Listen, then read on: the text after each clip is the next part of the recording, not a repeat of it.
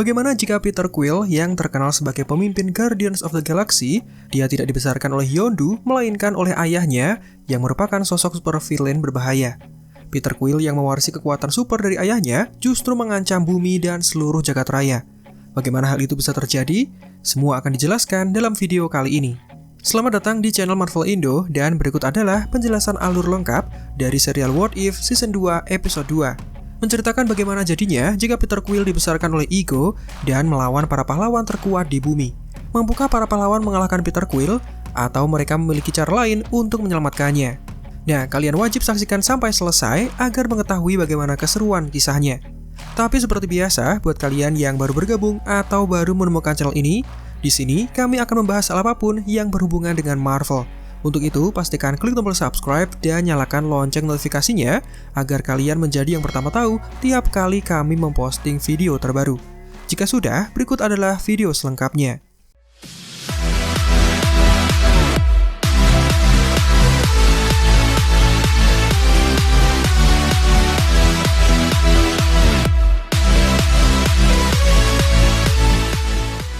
Dalam cerita di universe utama, tim Ravagers diperintahkan untuk menculik Peter Quill kecil yang saat itu masih tinggal di bumi. Namun Yondu sebagai pemimpinnya menolak menyerahkan Peter kepada ayahnya karena dia ingin membesarkan anak itu dengan caranya sendiri. Siapa sangka, hal yang berbeda justru terjadi di sebuah realitas lain. Yondu memilih untuk menyerahkan Peter Quill kecil kepada sosok yang memerintahkannya. Sosok yang dimaksud tentunya adalah Ego the Living Planet, salah satu dari ras Celestials yang terkenal sangat kuat. Ego sendiri berambisi untuk melakukan ekspansi. Ini adalah sebuah impian gila di mana dia ingin menciptakan ulang seluruh jagat raya sesuai dengan keinginannya. Dan sekarang dengan bantuan Peter Quill yang mewarisi kekuatan Celestial miliknya, maka impian tersebut dapat dengan mudah terlaksana. Hingga pada suatu hari di tahun 1988, Angkatan Udara menembak jatuh objek asing yang terbang di atas langit Amerika. Benda tersebut jatuh di wilayah New York dan terdapat Peter Quill muda di dalamnya. Sosok tersebut dengan bengis mengeluarkan kekuatannya, lalu menciptakan kekacauan di mana-mana.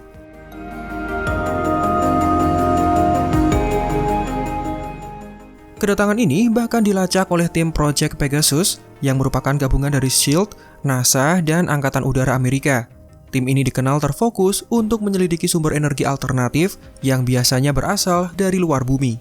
Sesuai dengan penjelasan Peggy Carter, sistem Orbital Intelligence telah melacak jejak dari pesawat Peter Quill beberapa waktu sebelumnya.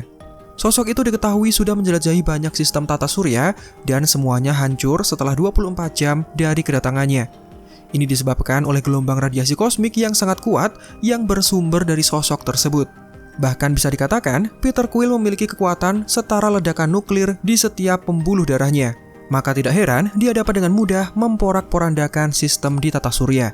Howard Stark yang ada di sana kemudian merasa ragu jika bumi masih bisa selamat setelah mengetahui potensi dahsyat dari anak tersebut.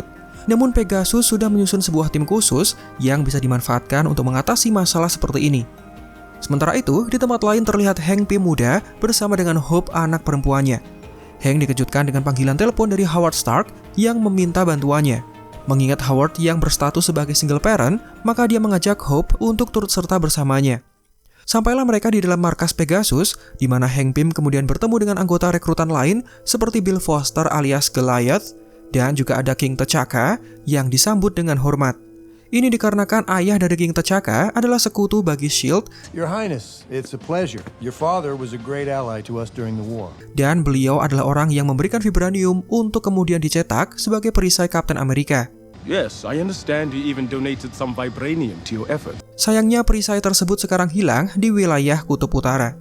Selain itu, ada juga Winter Soldier yang dilibatkan, bahkan Peggy Carter merasa terkejut dan dia seperti mengenal sosok tersebut yang mana sebenarnya adalah Bucky Barnes.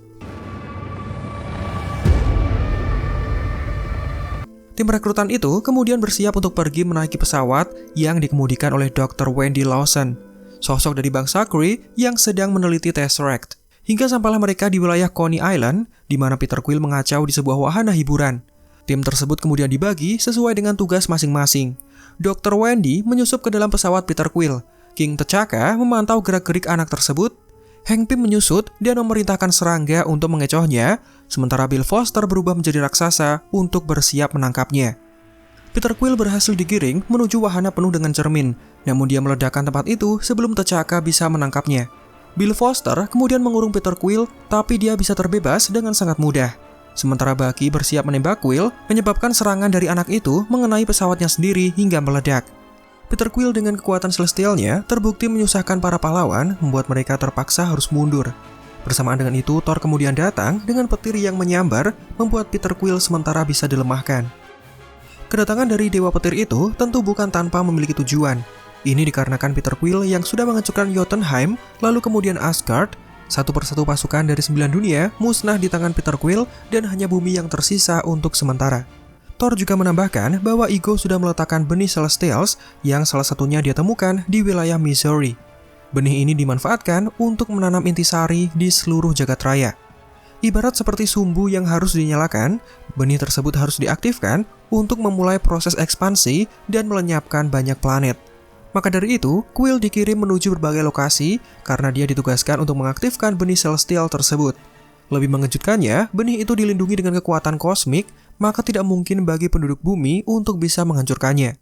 Beberapa waktu kemudian, Hope mendengarkan musik dari Walkman dan dia bertemu dengan Quill. Keduanya membahas mengenai lagu yang mereka sukai, bahkan membahas ibu masing-masing yang sudah tiada. Di sini Hope yang polos tidak mengetahui bahwa Peter Quill sangat berbahaya, maka dari itu dia memilih untuk menyelamatkannya. Dengan kepingan partikel yang dicuri dari ayahnya, Hope membawa lari Peter Quill lengkap dengan kurungannya, lalu dia memilih untuk melepaskannya. Gadis kecil itu bahkan memberikan Walkman miliknya karena dia tahu Peter Quill akan pergi menuju Missouri, tempat kelahirannya, dan perjalanannya akan sangat jauh, maka dari itu dia membutuhkan hiburan. Setelah melepaskan Peter Quill, Hope menceritakan semua yang dia tahu kepada orang-orang yang ada di sana. Menurutnya, semua perbuatan yang Quill lakukan berasal dari perintah ayahnya, karena dia adalah dalang di balik semua ini. Para pahlawan kemudian terpecah. Thor memilih untuk tetap mencarinya karena anak itu harus dihukum sebagai konsekuensi atas kehancuran Asgard. Bill Foster lebih tertarik untuk mempelajari kekuatannya, dan Winter Soldier lebih memilih untuk mengeksekusinya setelah melihat semua kekacauan yang anak kecil itu lakukan. Mendengar hal ini, Hope memohon kepada Hank Pym agar ayahnya itu bisa membantunya untuk menyelamatkan Peter Quill kecil. Jangan sampai takdir yang terjadi serupa dengan ibunya, di mana wanita itu tidak bisa diselamatkan. Sementara itu, Ego merasa kesulitan ketika hendak berkomunikasi dengan Peter Quill. Ini dikarenakan pesawat anaknya yang sudah rusak. Untuk itu, dia memutuskan untuk turun tangan dan mengekspansi bumi dengan caranya sendiri. Di saat Peter mengunjungi makam ibunya, para pahlawan disibukkan dengan bertarung melawan Ego dengan kekuatan celestialnya. Sosok itu bahkan menciptakan pasukan yang sangat banyak. Dia menuntut agar para pahlawan menyerahkan benih celestial guna segera memulai proses ekspansi. Tentunya para pahlawan menolak untuk memberikannya, memicu sebuah pertarungan besar dan juga melelahkan.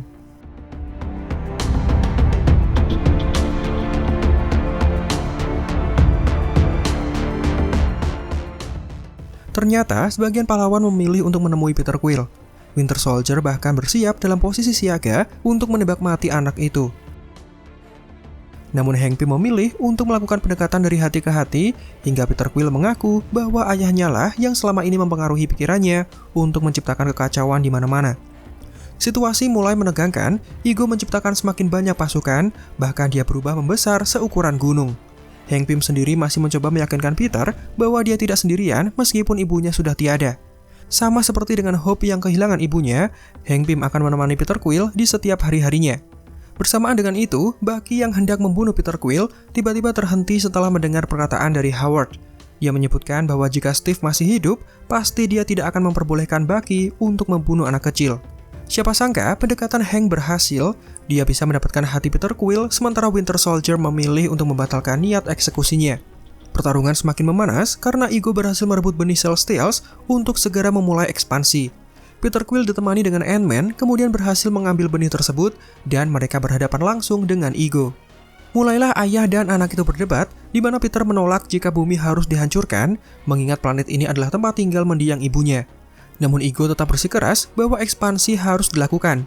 Dia bahkan mengaku terpaksa membunuh ibu Peter Quill untuk bisa memulai ekspansinya. Dan tentu saja hal ini membuat Peter Quill menjadi sangat marah. Memanfaatkan benih Celestials, Peter Quill menyerap benda tersebut untuk memberikan serangan mematikan yang langsung melenyapkan ayahnya. Dengan cara ini, Peter Quill masih tetap memiliki sebagian kekuatan dari ayahnya, tapi dia bisa menghentikan tindakan ekspansi. Pada akhirnya semua kembali seperti sedia kala, para pahlawan merayakan kemenangan mereka dengan bersantap bersama di kediaman Hank Pym. Peter Quill tinggal bersama dengan Hope, bahkan mereka mendapatkan hadiah berupa seekor kucing dari Dr. Wendy.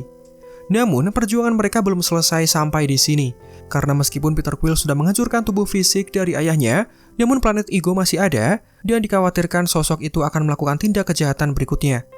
Oleh karena itu, para pahlawan kembali bersatu untuk sekali lagi, mereka bersiap menghentikan Ego the Living Planet yang keberadaannya masih mengancam setiap makhluk hidup di setiap sistem tata surya. Dan itulah penjelasan alur lengkap dari serial What If Season 2, Episode 2. Semoga kalian yang merasa kurang paham setelah menyaksikan serialnya secara langsung bisa semakin tercerahkan setelah menyaksikan video kali ini. Berapa rating kalian untuk episode kali ini? Silahkan tulis di kolom komentar. Demikian video kita kali ini, silahkan like jika menurut kalian videonya menghibur dan informatif. Subscribe juga bagi yang belum. Marvel Indo out, sampai jumpa di kesempatan berikutnya.